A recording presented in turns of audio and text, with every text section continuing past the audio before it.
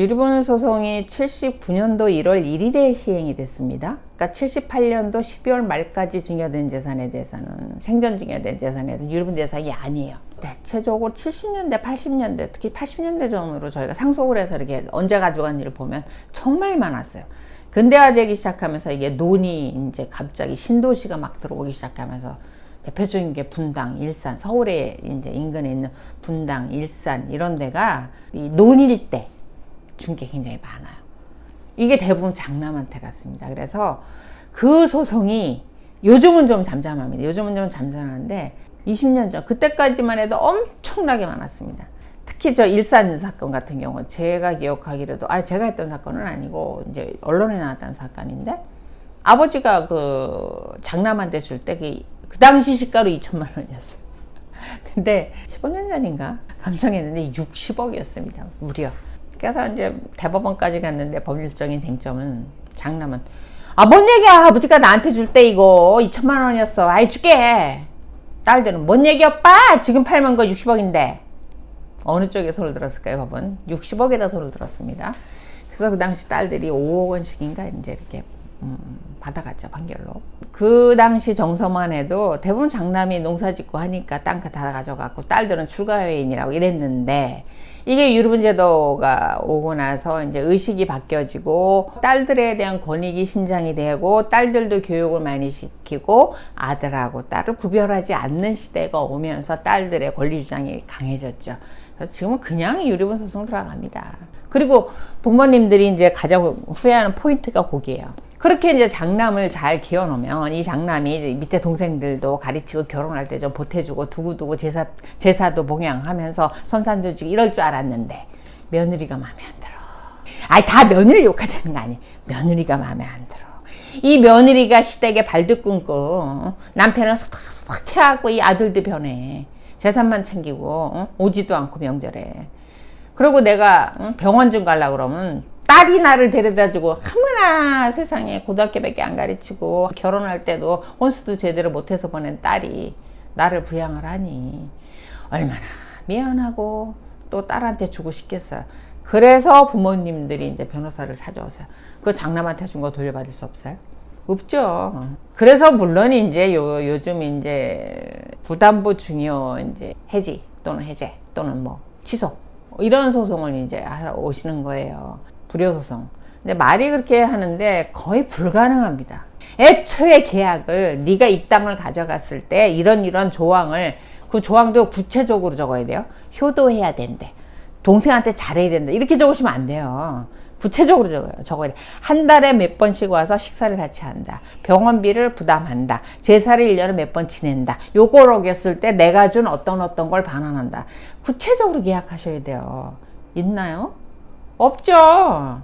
아들이 잘할게 아버지 그 말 한마디 묻고 그냥 톡톡 줬지. 없죠. 거의 가능하지 않습니다. 방송에나 나오는 얘기지. 그러니까 그냥 딸이 일주일에 한 번씩 반찬해 갖고 와. 병원 간다면 와. 그래도 힘들다고 그러면 와. 지 휴가 딴 데 안 가고 부모님한테 와. 얼마나 미안하시겠어요. 그러니 한스러워 하시면서 이제 내가 그때 그놈한테 다 주는 게 아니고 너한테는 너희들한테 줄 걸 남겼어야 되는데 미안하다 이러다 돌아가시면 미안하기만 하시면 뭐하냐고요.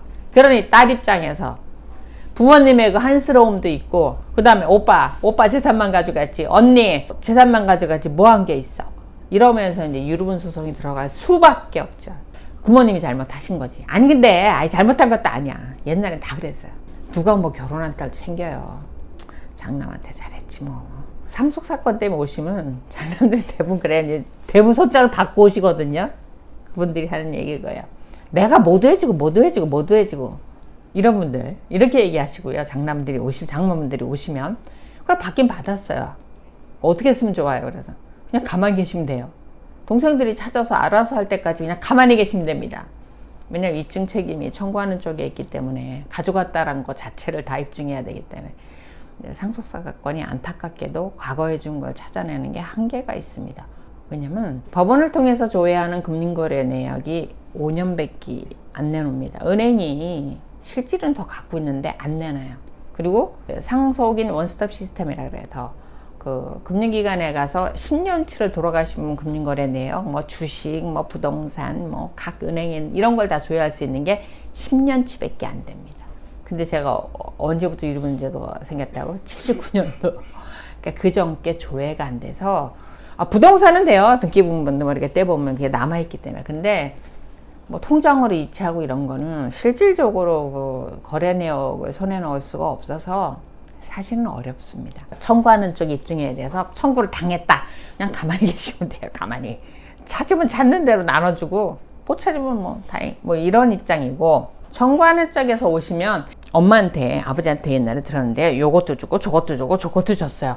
그 다음에요, 그 오빠가 아파트 살 때 군인이었어요. 무슨 돈이 있어요. 아버지가 사줬지. 하지만 입증이 어렵습니다. 상당히 어렵습니다. 그러니까 물론 예외적으로 그때 당시에 수입이 없는 게 명확해서 사줬다라고 볼 수 있다라고 나는 판결이 아주 드물게 납니다. 물론 고등학생 때 이렇게 사준 거 드물게 나요. 거의 입증이 뭐 어렵다. 상속사건의 특징은 감정이 상한 거예요. 네가 받을 자격이 없다.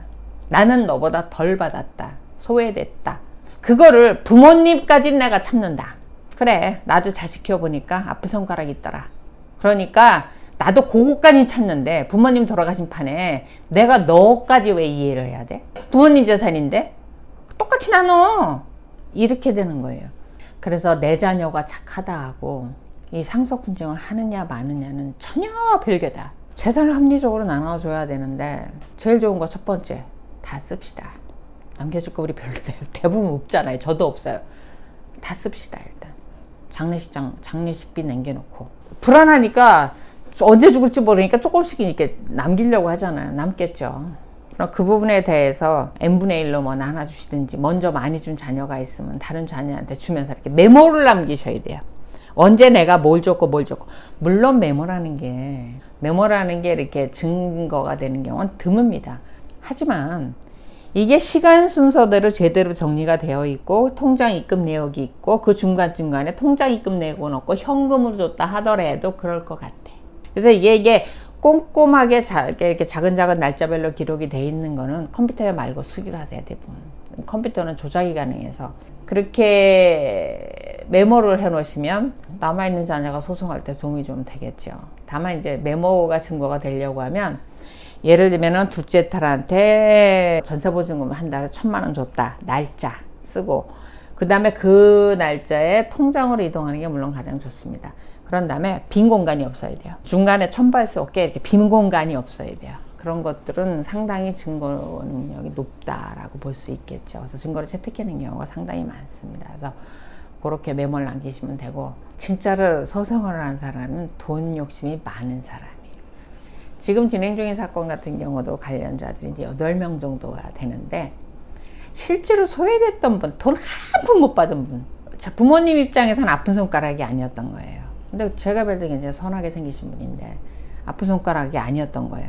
그런 다음에 또 결혼을 해서 여유 있게 살고 하니까 굳이 도와줄 필요가 뭐 있을까 뭐 이런 거죠. 근데 그 집도 아드님이 3분이 계셨는데 2 아드님한테 대부분 갔어요. 한 분은 장남이라고 이렇게 왕창 주시고, 차남은 사업을 한다고 이제 자주 부모님한테 드나들면서 이제 가져가고, 셋째 아들은 그나마 이제 좀 덜 가져간 거예요. 근데 소송을 누가 했냐? 2번째로 많이 가져간 차남이 소송을 주도록 했습니다. 아버님 돌아가신 다음에. 왜냐? 나보다 형이 더 가져갔다고. 근데 저를 찾아오신 분은 한 푼도 못 받은 분이에요. 그러니까 그분도 하는 말이 그래요. 한 푼도 못 받은 나도 그냥 남아있는 재산이 100억대가 넘습니다. 남아있는 재산 그거 한 5억 원 정도 되는 거 나눠 가지면 그거 나한테 좀 난 끝내려고 했는데 얘네들이 소송을 해서 어떻게 해야 돼요 하고 왔는데, 제가 이제 하나도 푼도 못 받은 분 입장을 대리하는데 그 차남도 결국은 토해내야 되거든요. 걔가 얼마나 돈에 눈이 멀고 어리석으면 자기도 지금 다른 형제들한테 토해내야 될 금액이 만만치 않은데 형이 나보다 더 가져갔다고 그 소송을 덤벼들면 한 푼도 못 가져옵니다. 본인은 경계림이 넘어섰기 때문에 오히려 지금 그 소송을 제기한 것 때문에 본인은 형보다는 조금 덜 토해내겠지만 비율대로 토해내게 되거든요. 만약에 저한테 상담을 오셨다라 그러면 하지 말라고 말렸을 것 같은데, 일본 소송은 특히 구단이에요. 224, 236, 248 딱딱딱딱 떨어져서 이 계산에 나오는 건 반드시 줘야 됩니다. 예외가 없습니다. 물론 이제 기업은 제도가 들어왔어요.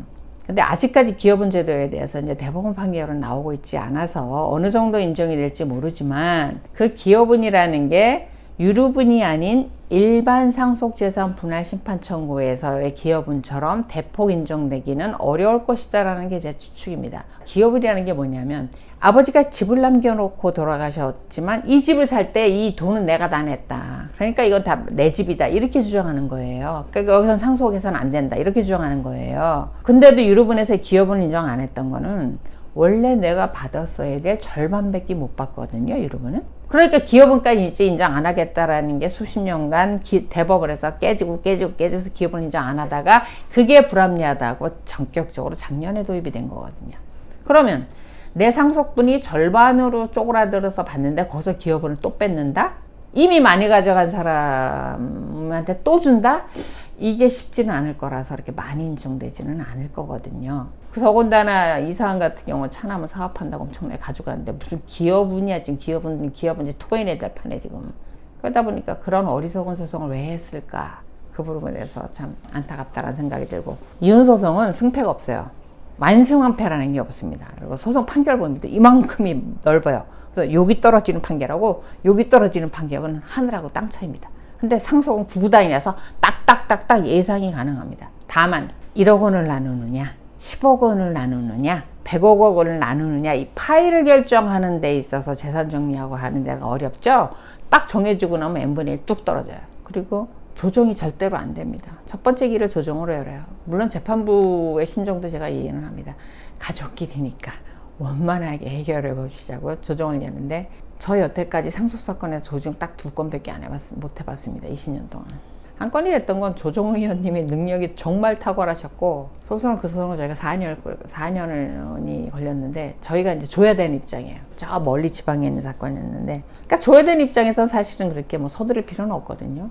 근데 또 먼 것도 그렇게 서두르지는 않더라고요. 그러니까 재판부에 계속 사건을 미루게 되죠. 그러니까 미루는 게 그냥 미루는 게 아니고, 아파트 같은 경우는 KB 시세가 나와요. 이 아파트가 재판할 때 얼마에 평가될까를 알고 싶으시면 KB은행에 들어가셔서 상한가, 일반가, 하한가가 있는데 중간에 있는 일반가를 평가를 해서 감정은 잘 안 합니다. 그런데 그거 말고 산, 논, 밭, 상가 이런 것들은 감정할 수밖에 없어요. 근데 감정 시청을 안 하니까, 그거를 뭐 저희가 해야 되는 게 아니고 청구하는 원고가 해야 되는데 안 하니까, 저희도 제발 좀 감정 신청하라고 했는데도 안 하니까 그렇게 소송이 한 4년을 갔는데, 그게 처음에 저희가 1억 주겠다라고 했는데 싫다고 걷어차셨어요, 원고 대리인이. 이번에 제가 6천만 원에 조정했습니다. 참 조정의 묘미라는 건데, 감정 아직 안 하셨잖아요. 감정하고 한 2년 더 재판하실래요? 5천 즉시직 하겠습니다 그랬더니 자존심 상해서 안 한다. 6천.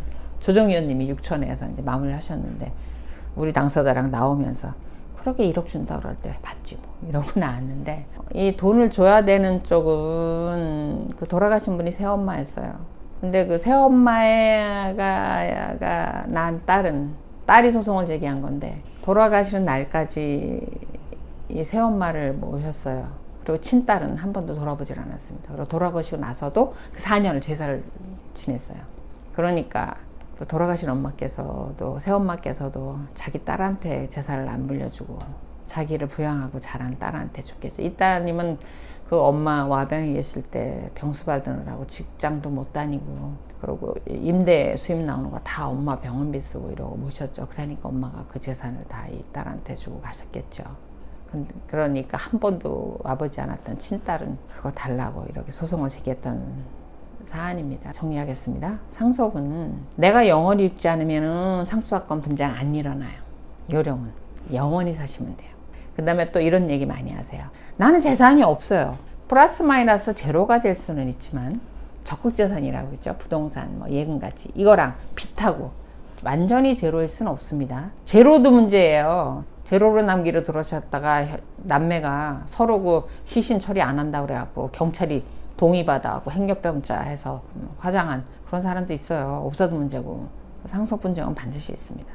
그 다음에 내 자녀가 착한 거하고 상속 분쟁은 별개입니다. 왜냐하면 내가 소외됐단, 속상했단 감정이고, 부모님한테까지 참지만 형제들한테는 안 참기 때문입니다. 그래서 우리 부모가 꼭 상속 정리를 좀 해주시고 자녀한테 부담이 안 되시기를 바랍니다. 그리고 한쪽에 너무 치우치지 마세요. 그리고 자녀가 서운하게 한 거는 제발 좀 잊으세요. 좀 마음에 차곡차곡 쌓아놓고 어떻게 그럴 수 있어 그러지 마시고, 자녀 입장에서도 그런 생각 들어요. 그런 게 나중에 자녀끼리 분쟁으로 이제 벌어지게 되죠. 자, 우리가 이제 앞으로 살 여생이 얼마 안 남았으니까 이렇게 놓아주고 풀어주고 정리하고 이렇게 살아가시기 바랍니다. 자녀들 착하지만 정리는 하셔야 됩니다. 다음 주 건너서 그 다음 주에 뵙겠습니다. 감사합니다.